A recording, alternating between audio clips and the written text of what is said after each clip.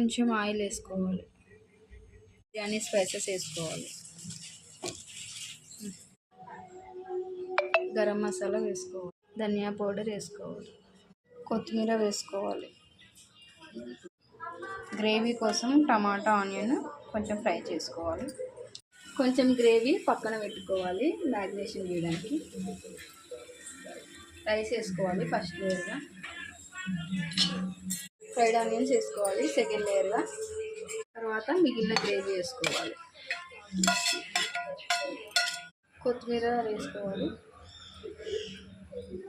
ఫైనల్గా అన్నం వేసుకోవాలి థర్డ్ లేయర్గా. ఫైనల్ లేయర్గా ఫ్రైడ్ ఆనియన్స్ వేసుకోవాలి. Final touch up. Paneer biryani is ready.